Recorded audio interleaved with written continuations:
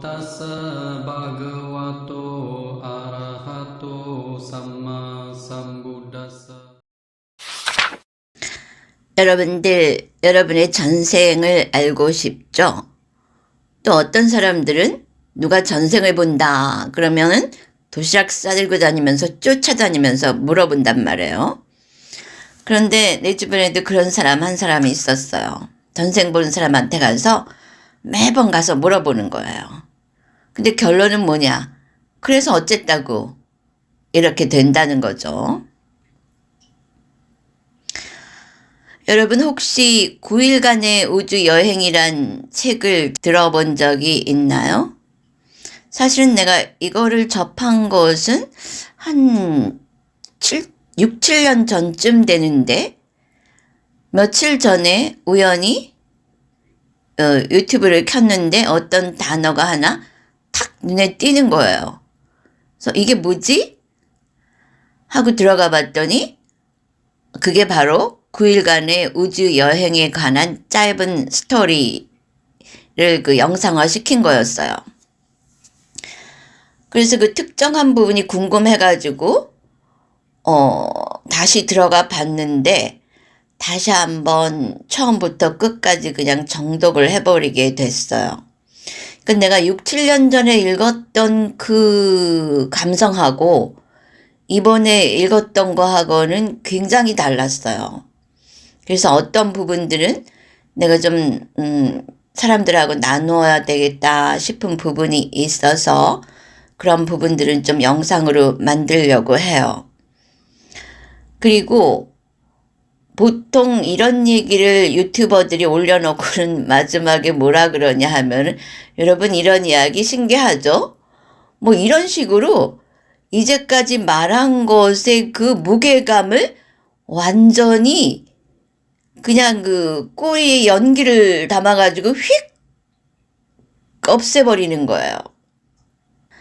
그래서 마지막 부분에 열심히 그 유튜버가 내용을 설명해 놓고는 마지막에 그렇게 확신을 주지 못하는 그 말로 그 내용의 무게감을 상쇄시켜버리곤 하죠. 그런데 나의 경우는 그렇지 않아요. 내가 이 내용을 믿지 않는다면은 여러분에게 이야기하지 않습니다.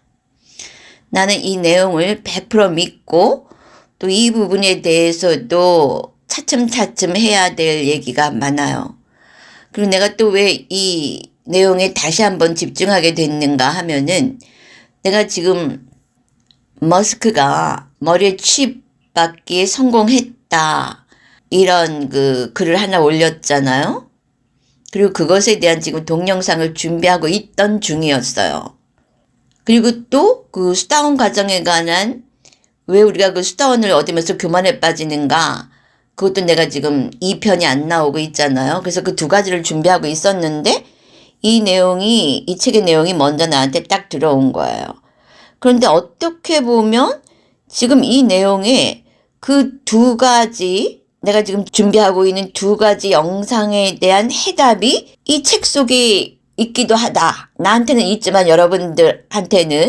여러분들도 그것을 발견할 수 있지 않을까 하는 생각이 들었어요.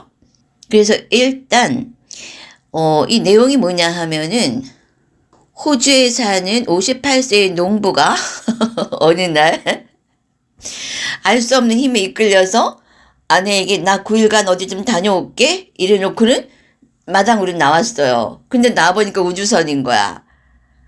그래서 그 자기 육체를 가지고 우주 여행을 하게 되는 그런 얘기인데 굉장히 여기에 우리가 배워야 할 그런 내용들이 아주 많아요. 그리고 그 우주인들이 이 농부를 왜 데리고 갔냐 하면은 보여주는 거예요. 이런 세계가 있다는 것을 그대가 경험한 후에 지구인들에게 꼭 알려라. 이것이 목적이죠. 그리고 지금 이들이 간 행성의 이름이 티아우바예요. 근데 이 티아우바는 이 모든 행성 중에서 최고로 발달된 그러한 행성이라고 하는 거예요. 그리고 그쪽에서는 지구를 슬픔 행성이라고 그래요. 그러니까 모든 기록을 보아도 지구는 가장 열악한 의식을 가진 존재들이 살고 있는 그런 곳이라는 것이 지금 여기저기서 증명이 되고 있어요. 여러분, 내가 맨날 그러잖아요. 여러분, 여기서 잘 살려고 하지 말고 빨리 여기를 탈출할 생각을 먼저 해라. 여러분, 여기서 잘 봐야 최고로 좋은 결과가 뭐냐면 다시 한번 이곳에 오는 거다. 다시 한번이 뭐야? 계속 이곳에 돌아와서 똑같은 짓, 똑같은 고통을 겪는 거, 이거 이외에는 없다. 그러니까 지금 하고 있는 그 생존 이외의 것은 모두 이것을 놓고 탈출하는 쪽에다가 힘을 써라. 이것이 내 모든 영상의 그 요지 아닙니까? 그래서 그거하고도 잘 맞아 떨어진다고 하는 거예요. 그래서 내가 이제 그 맥락하고 맞을 때마다 여기저기 이제 이 책에 관한 내용을 이제 설명을 하려고 해요. 우선은 뭐냐 하면은 이 우주인들이 이 미셸이라는 농부의 존재성을 이해하게 해주기 위해서 81번의 전생을 경험시켜주는 거예요. 물론 이 책에는 81번이 다 나오지는 않아요. 그 사람 다 경험을 했지만 그거를 다 풀어놓으면 책의 선언원이 된다면서 여기서 짧은 이야기만 해요. 그럼에도 불구하고 우리는 아주 거기서 많은 것을 배울 수 있을 것입니다. 근데 이 사람들이 참 재밌는 게 뭐냐 하면은 어떻게 전생을 경험하느냐, 그 메커니즘을 우리가 좀 배워야 돼요. 그러면 우리가 마치 개미처럼 막 땅만 보고 살던 우리 인간이 베란간 독수리 발톱에 끼어가지고 하늘로 번쩍 올려진 거예요. 그럼 뭐가 보여? 자기네들 개미가 사는 모습이 다 보이잖아? 앞과 뒤가 전체가? 그리고 다른 동물들은 저렇게 사는구나. 저쪽에는 사람이란 존재도 있고 여기는 뭐 코끼리도 있고 막 이렇네. 하늘에서 보니까 내가 알던 개미 세상하고는 전혀 다르구나. 이러한 시각을 가질 수가 있게 된다고 하는 거죠. 그래서 여러분은 자꾸만 그 인간이라는 의식권, 거기서 자꾸만 떨어져 나와야 돼요. 지금 이거 뭐 잠깐 다른 얘기를 하자면은 내가 며칠 전에 그 유시민 작가가 어느 방송에서 하는 얘기를 들었는데 메타인지라는 얘기를 하더라고요. 근데 메타인지가 뭐냐면 자기 생각을 또 살펴보고 또 살펴보고 또 살펴보는 거라는 거야. 그래서 메타인지가 이런 거였어. 이거 싼띠 얘기하는 거네. 그래서 내가 이제 메타인지라는 걸 한번 찾아봤어요. 바로 그렇게 지금 내가 하고 있는 그 생각을 또 보고 또 보고 또 보면서 우리는 어떤 효과를 볼 수 있느냐? 개미가 독수리 발톱에 끼어서 자꾸 더 높은 창공으로 올라가서 그 세상을 보는 그런 시각을 얻을 수가 있게 된다고 하는 거예요. 그리고 그걸 구체적으로 체계화시켜 놓은 수행 방법이 바로 윗바사나의 사띠라고 하는 것이죠. 그래서 내가 하는 이 동영상 법문들은 다 하나의 목적을 향하고 있어요. 여러분에게 여러분이 살고 있는 세계를 이해하게 해주고 가능하면 빨리 거기서 뛰쳐나와라. 그리고 이 책에서 우리가 볼 수 있는 게 뭐냐 하면 그러한 세계에서 뛰쳐나왔을 때 어떤 세상이 기다리고 있는가 하는 것이죠. 그래서 일단 우리는 81번의 전생을 거쳤다는 9일간의 우주 여행의 주인공 미셸의 이야기를 살펴보며 윤회의 의미가 무엇인지 직관적으로 배울 수 있는 기회를 한번 가져보기로 합니다. 또 내가 바로 전 영상 276회에서 나는 누구인가의 대답은 바로 지금 여기로 내려와 이 순간에 있는 그 나로 그냥 존재하고 있는 상태라고 말했었는데 대부분의 사람들이 내가 누구였으면 내가 재벌 3세라면 우리나라 사람들 미쳐 죽는 그 재벌 3세. 근데 나는 재벌 3세를 안 태어난 거를 너무 감사해요. 지금 와서 보니까 돈이 너무 많으면 안 되겠어. 왜? 돈이 너무 많으면 사람이 그 푸시가 없어져요. 의욕이 안 생겨요. 일할 의욕이. 그럼 경험이 막혀버려. 그리고 그 재벌 3세들의 특징이 뭐예요? 지멋대로 하잖아요. 그럼 어떻게 되겠어요? 엄만 쌓여, 엄만. 나쁜 엄만 쌓여가요. 우리 지금 현생의 역사 속에서도 다 보고 있지 않습니까? 그래서 재벌 3세일 필요는 절대 없는 거야. 여기도 이제 여왕으로 살았던 삶이 나오는데 그 재벌 3세나 여왕이 된다면 제일 좋은 게 뭐냐? 공덕을 많이 지을 수 있다는 거예요. 근데 돈 많은 사람 치고 공덕 짓는 사람 봤어요? 아주 희유하죠. 자, 그래서 내가 그리고 또 그러잖아. 요즘 또 한국 같은 경우는 그냥 너무 요렇게 생긴 사람을 막 추앙하니까 내가 누구처럼 미인이라면 미남이라면 또 권력자였으면 이런 게 사회에서 힘으로 각인이 되니까 사람들이 부지불식간에 자기의 약한 것이 자극받을 때는 내가 저런 사람이었으면 이렇게 생각들을 한단 말이에요. 그럼 그때부터는 이 성장의 흐름에서 미끄러져 떨어지는 거야. 근데 사람들은 그걸 모르잖아요. 이렇게 누군가가 어떤 상황이 비추어주지 않으면은 자기가 그 하향나선으로 미끄러 떨어지고 있다는 걸 모르는 거예요. 근데 그렇게 다른 삶을 열망할 때 어떤 일이 벌어지느냐? 바로 그 순간마다 가장 소중한 그 순간에 현존하고 있는 자기 자신에 대한 존중과 사랑을 놓치고 있음을 간과하게 된다고 하는 것이죠. 자, 우리는 이런 생생한 이야기를 통해서 많은 전생을 거쳐가는 우주 학교 시스템의 의미를 파악하고 좀 더 지혜롭고 현명하게 삶을 엮어낼 수 있을 것입니다. 주목할 것은 누구였던가, 무엇이었던가가 아니라 그 역할 속에서 어떻게 살았던가, 또 그 윤회 속에서 어떤 성장을 얻었던가 하는 것이 제일 중요한 것이라는 점입니다. 이 책에서는 수많은 전생을 거치는 것은 부단한 정년의 과정이라고 합니다. 그리고 그 우주 법칙에 순응함으로 궁극적인 목적을 가장 빨리 이룰 수 있다고 하는 것이죠.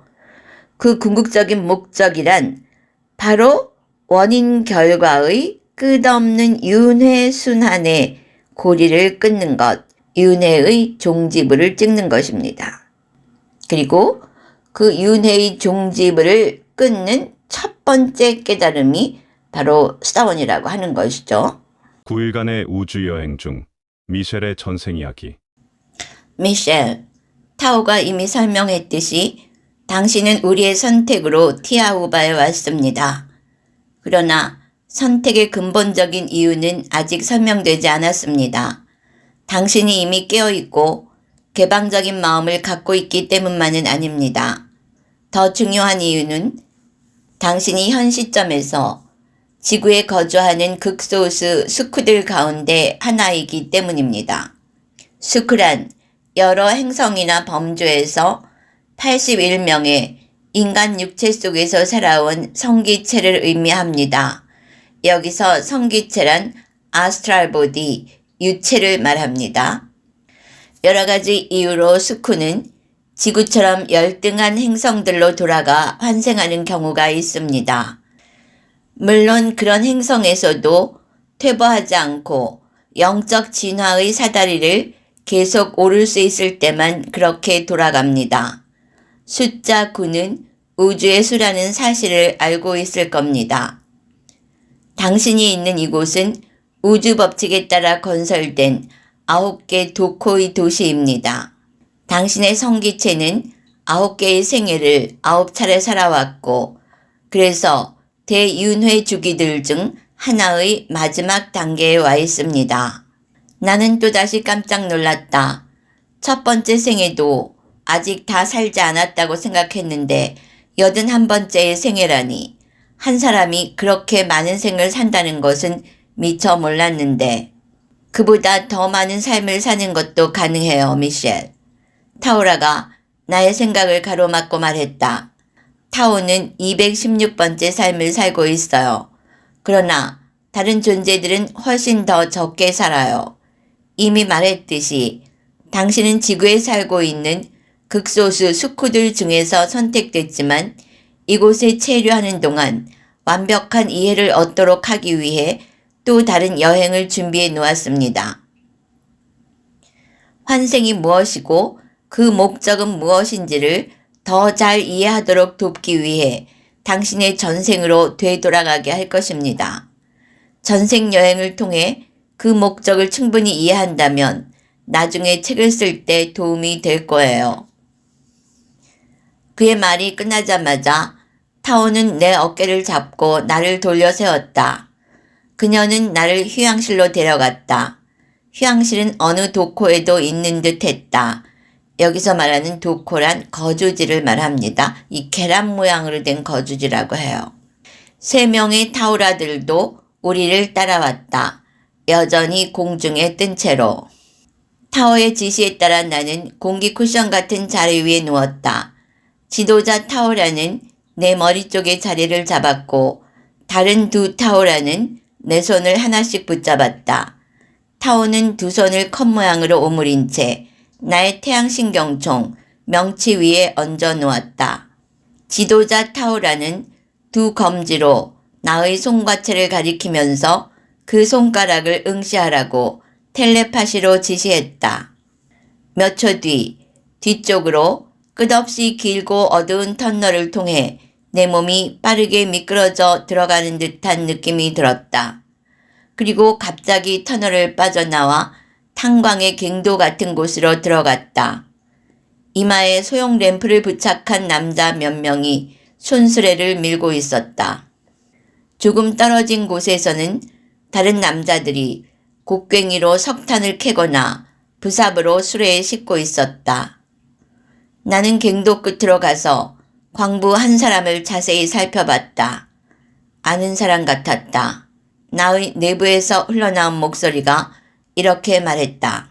미셸, 저 사람이 바로 당신의 여러 육신들 가운데 하나야. 큰 키에 건장한 체구였다. 그는 땀과 석탄가루로 범벅이 된 채 열심히 삽질을 하며 석탄을 수레에 실었다. 무대륙의 10년권에 들어가 있을 때처럼 갑자기 장면이 변했다. 나는 그의 이름이 지그프리트임을 알게 됐다. 갱도 입구에 있는 다른 광부가 그를 독일어로 그렇게 불렀다. 나는 독일어를 모르지만 그때는 그들의 대화를 완벽하게 이해했다. 그 광부는 지그프리트에게 따라오라고 했다. 그는 어느 허름한 집으로 향했다.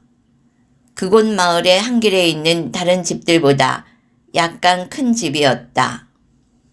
나는 2 사람을 따라 안으로 들어갔다. 집 안에는 석유 램프가 타고 있었고 여러 테이블에는 남자들이 앉아 있었다. 지그프리트는 그중 한 테이블에 합석했다. 손님들이 더러운 앞치마를 두른 야만인 같은 사람에게 뭐라고 고함치자 그는 잠시 뒤 술병 하나와 몇 개의 백납 술잔을 갖다 줬다. 그 장면 위에 다른 장면이 겹쳐졌다. 몇 시간 뒤의 모습인 듯 했다. 같은 술집이었지만 지그프리트는 상당히 취한 듯 비틀거리며 밖으로 나가고 있었다. 그는 좀 더 작은 집들이 늘어서 있는 쪽으로 걸어갔다. 각 집의 굴뚝 위로는 시커먼 연기가 피어올랐다. 그는 한 집의 출입문을 거칠게 밀고 들어갔다. 나도 따라 들어갔다. 1살배기부터 1년 터울의 아이들 8명이 식탁에 앉아 사발 속으로 열심히 숟가락질을 하고 있었다. 사발 안에는 구미가 당길 것 같지 않은 멀건 오트밀죽이 담겨 있었다. 아버지의 갑작스런 출현에 아이들은 모두 고개를 들고 두려운 눈빛으로 쳐다봤다. 지저분한 금발머리의 여성이 그를 향해 거칠게 쏘아붙였다. 체구는 보통이지만 강인하게 생긴 여성이었다. 어디 있다 오는 거야? 돈은 어딨어? 자식들이 2주 동안 콩을 구경도 못했다는 걸 알아? 그런데도 당신은 술이나 마셔? 그녀가 일어나 지그프리트에게 다가가서는 뺨을 때리려 했다. 그 순간 그가 그녀의 팔을 붙잡더니 왼 주먹으로 후려갈겼고 그녀는 뒤로 나동그라졌다. 넘어질 때 목 뒷부분이 벽난로에 부딪히면서 그녀는 즉사했다. 아이들은 울며 불며 비명을 질러댔다. 지그프리트는 아내 위로 몸을 기울였다. 커다랗게 뜬 두 눈이 생기 없이 그의 눈을 응시하고 있었다. 프레다, 프레다, 정신 차려. 그가 울부짖었다. 목소리는 비통함으로 가득했다.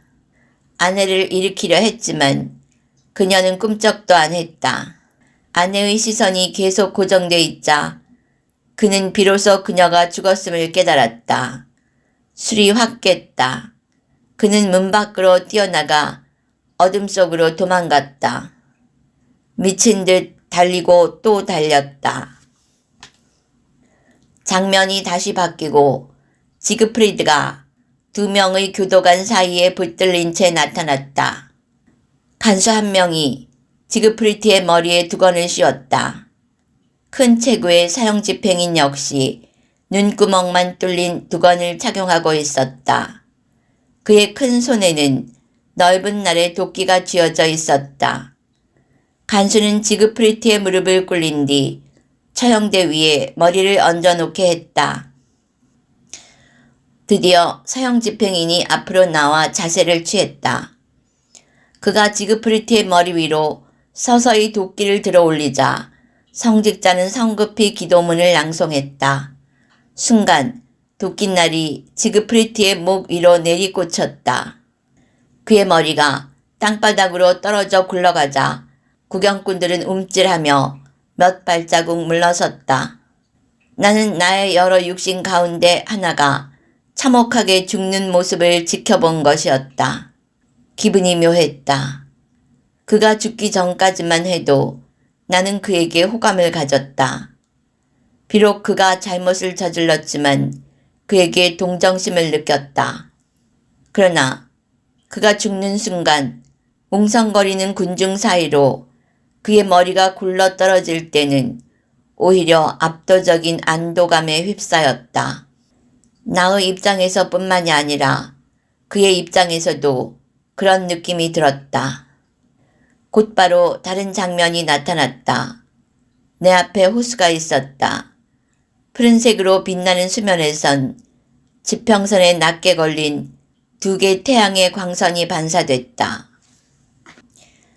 조각과 그림들로 호화롭고 세련되게 장식된 작은 배 한 척이 호수를 가로질러 갔다. 보통 키에 불그스레한 낯빛의 남자들이 긴 장대를 물속에 넣어 배를 움직였다. 차양 아래에는 황금빛 피부의 사랑스런 젊은 여성이 화려한 장식의 의자에 앉아 있었다. 그녀의 계란형 얼굴은 예쁜 아몬드형 눈과 허리까지 흘러내린 금발머리로 더욱 돋보였다. 그녀는 편안한 자세로 미소를 짓고 있었고 주위에선 젊은 시종들이 그녀를 즐겁게 해주었다. 나는 즉각 이 어여쁜 아가씨가 또 다른 전생의 나 자신임을 알아차렸다. 배는 서서히 잔교, 물가의 저반시설 쪽으로 움직였다. 그곳으로부터 넓은 길이 이어졌다. 길 양쪽에는 개화한 관목들이 늘어섰다. 길을 따라 나무숲을 통과하니 다양한 색상과 높이의 지붕들이 길을 따라 나무숲을 통과하니 다양한 색상과 높이의 지붕들이 많은 궁전이 나타났다. 장면이 변하고 나는 궁전 내부에 사치스럽게 치장된 방에 들어와 있었다. 방의 한쪽은 정원을 향해 트여 있었다. 다채로운 화초들로 잘 꾸며진 자그마한 정원이었다. 불그스름한 피부에 허리에만 두르는 연두색 옷을 걸친 시종들이 100여 명의 손님을 접대하느라 바쁘게 움직였다. 손님들은 남성과 여성이 골고루 섞였고 모두 고급스런 옷을 입었다. 그들의 피부는 배에 있던 젊은 여성처럼 모두 밝은 황금색이었다. 시종들의 피부색과는 달리 이들은 지구의 금발 여성이 여러 번의 일광욕을 얻을 수 있는 구릿빛 피부를 가졌다. 그 예쁘장한 젊은 여성은 등받이가 높은 왕좌 같은 좌석에 앉아 있었다.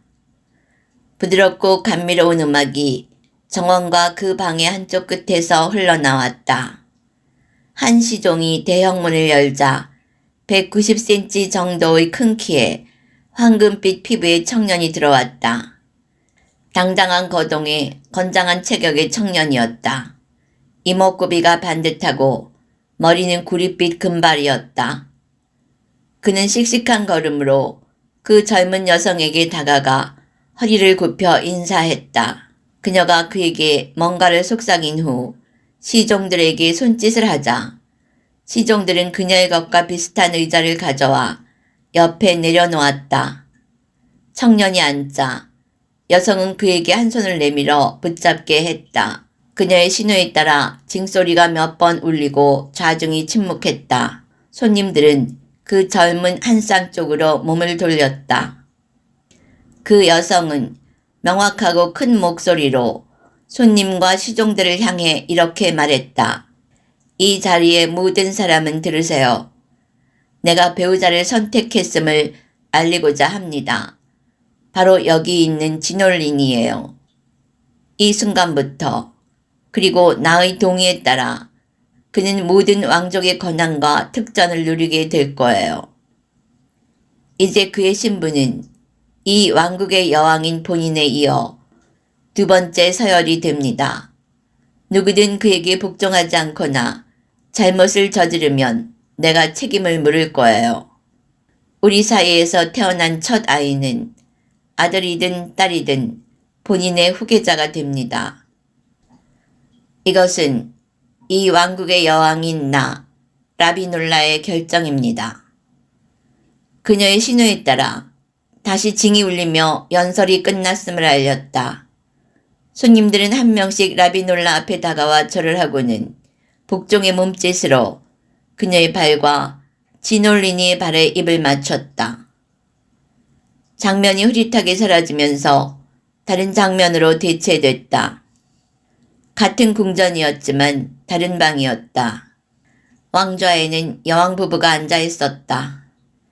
이곳에서 라비놀라는 사법적 심판을 내리고 있었다. 온갖 부류의 사람들이 여왕 앞에 차례로 나아가 자신들의 사정을 얘기했고 그녀는 그 모든 내용을 주의 깊게 들었다. 놀라운 일이 일어났다. 내가 그녀의 육신 속으로 들어갔다. 설명하기가 무척 어려운 현상이지만 나는 상당한 시간 동안 백성들의 하소연을 듣고 주시했다. 내가 곧 여왕 라비놀라였다.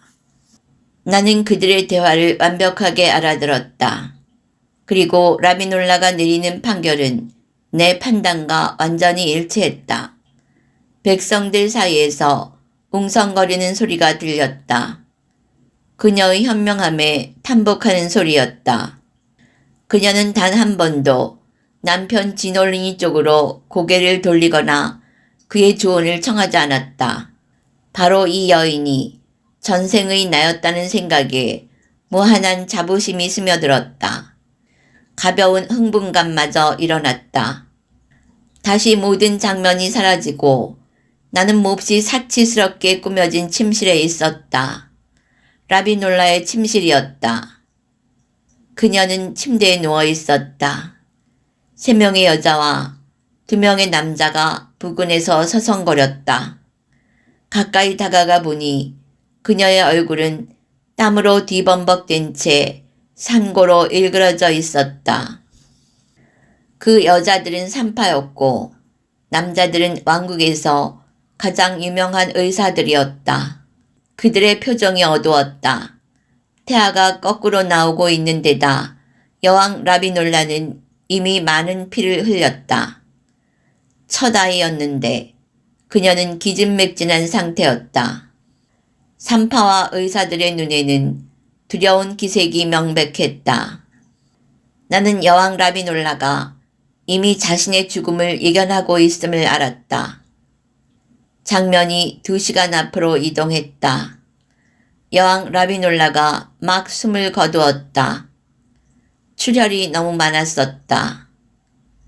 아기 역시 세상으로 나오기 전에 질식사했다.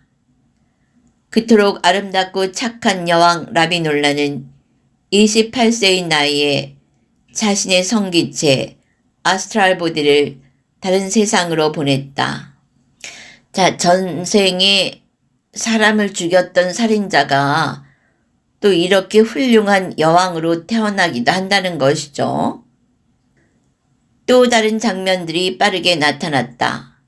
내가 다른 행성들에서 남성, 여성 혹은 아이들로 살았던 다른 삶들이 보였다. 2번은 거지였고 3번은 선원이었다. 인도에서는 물지개꾼이었고 일본에서는 금세공업자로 95세까지 살았다. 로마 제국의 병사였는가 하면 차제에서는 흑인 아이로 살다가 8살 때 사자에게 잡아먹혔다. 아마존의 인디오 어부 시절에는 12명의 자녀를 남기고 42세에 죽었다. 지구와 몇몇 행성에서는 농부의 삶을 몇 차례 살았다. 티베트 산악지대와 또 다른 행성에서는 수도사로서 생애를 보냈다. 그러니까 각각의 생이 연극에서 각각의 역할을 맡는 거하고 같다라는 것이 이해가 되죠. 이러한 이야기들을 볼 때. 여왕 라비놀라는 한 행성의 3분의 1을 통치하는 여왕이었다. 그 생애를 제외하고 내 전생의 대부분은 소박한 삶이었다. 나는 80번의 전생을 모두 봤다. 일부는 매우 감동적인 삶이었다. 이 책에서 그 모든 세부 사항을 기술할 시간은 없다. 그 자체만으로도 책 한 권 분량이 되기 때문이다. 언젠가는 그에 관해 쓰게 될지도 모른다. 전생 드라마가 끝나자 내가 터널 안에서 반대 방향으로 이동하는 느낌이 들었다. 눈을 뜨니 타오와 3명의 타오라가 친절하게 미소 짓고 있었다. 내가 현재의 육신 속으로 확실히 돌아왔음이 확인되자 지도자 타오라는 이렇게 말했다. 당신에게 전생의 여러 모습을 보여주고 싶었습니다. 당신도 깨달았는지 모르겠지만 삶이란 마치 수레바퀴에 붙어 있는 것처럼 변합니다. 수레바퀴란 돌아가도록 되어 있습니다. 그 꼭대기 부분은 수레바퀴가 돌면서 반드시 바닥으로 내려가게 돼 있지요. 어느 생애에서는 거지였다가 다른 생에서는 여왕이 될 수도 있습니다. 라비놀라처럼요. 물론 그녀는 수레바퀴의 정점에 있었을 뿐만 아니라 많은 것을 터득하고 많은 사람을 도왔습니다. 그러나 많은 경우에는 거지가 일국의 왕만큼 많은 것을 배우며 때론 훨씬 더 많이 배우기도 합니다. 산속의 수도사였을 때 당신은 여느 전생에서보다도 많은 사람을 도와줬습니다. 가장 중요한 것은 겉모습이 아니라 그 안에 들어있는 실체이지요. 당신의 아스트랄 보디가 다른 육신을 취하는 목적은 더 많은 것을 배우기 위해서입니다. 이미 설명했듯이 그것은 당신의 초월 자아를 위한 겁니다. 부단한 정년의 과정이지요.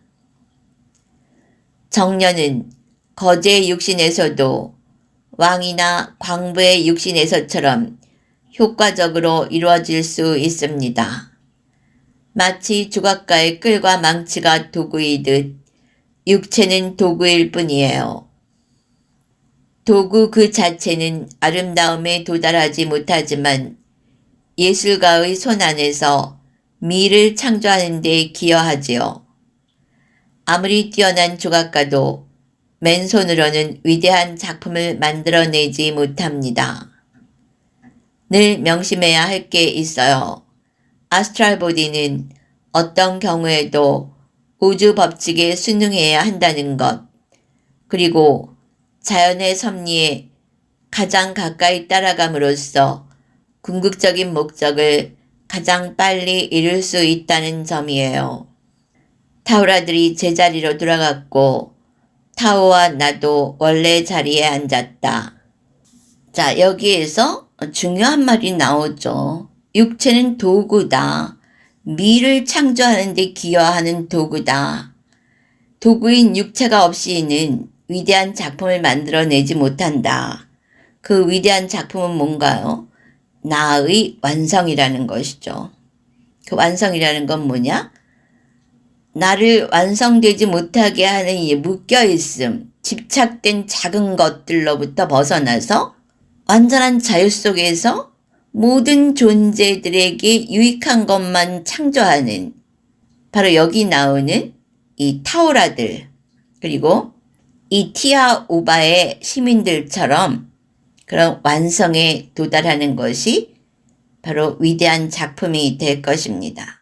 2024년 2월 셋째 주 18일에서 24일까지 7일간 저녁 9시 반에서 10시 반까지 윗바사나 명상 온라인 집중 수행이 있습니다. 동참하고자 하시는 분들은 미리미리 신청해 주세요.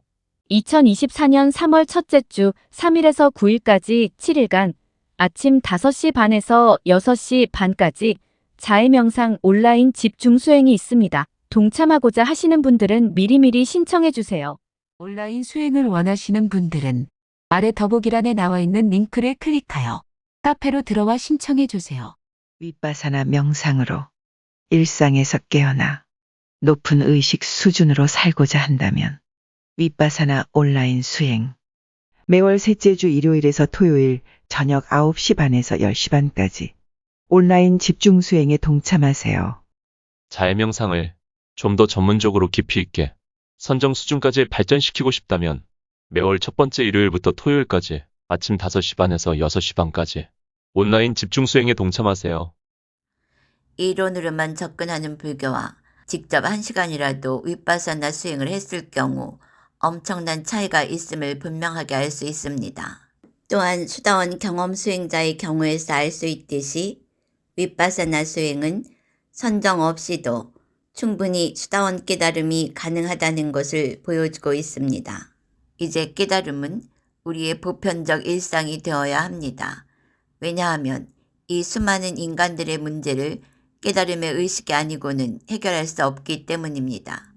수다원 깨달음은 최소의 해결책이고 오히려 거기서부터 진짜 인간으로서의 삶을 영위해 나가면서 진짜 삶, 즉 팔정도의 삶, 팔정도의 수행이 시작되어야 합니다.